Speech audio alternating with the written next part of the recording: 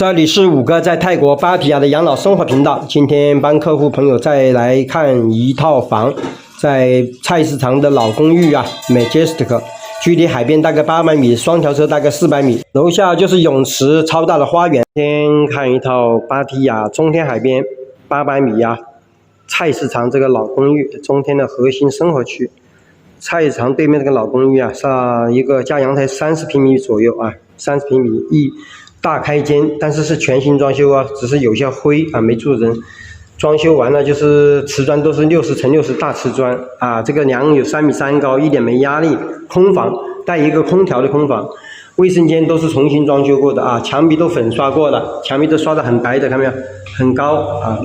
这个卫生间也是全新装修啊，这个洗漱盆啊、镜子啊、马桶都是新的，只是用水冲一下就可以了。啊，这个需要装个热水器啊，装个热水器就可以。下面有一个水管是可以洗拖把的啊，接水管。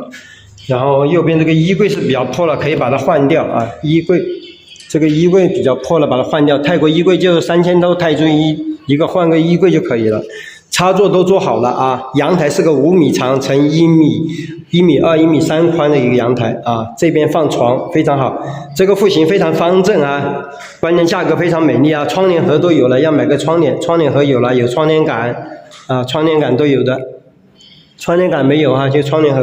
然后这个阳台是5米长乘1米2啊，1米2宽啊，可以在这边，这里有排水啊，排水在这里做厨房啊，这里做厨房。这个是下午时间有一点点小晒，等一下就不晒了，被那个楼一挡，等一下就不晒了。然后这个做的防鸟网啊，如果怕晒的话呢，这里可以加一个帘子啊，加个短的帘子，1米高的帘子就可以了。这边做这个厨房，再吊个柜啊，下面这边再放洗衣机都可以了，接上水管啊，大概5万泰铢可以搞定这些东西啊，搞定。这个空调是松下的变频空调啊，松下变频空调。啊，这个墙壁的这个砖那个插座都是装好的哈，3.3米高，这个价格非常美丽啊，在18万人民币左右哈。现在旺季买房好出租啊，租金可以达到5500泰铢到6000泰铢。如果你配置齐全，我可以租5500到6000铢啊。你配置差一点也可以租到5000铢啊。稍微按五哥做视频讲的那样，把家私家电配齐啊。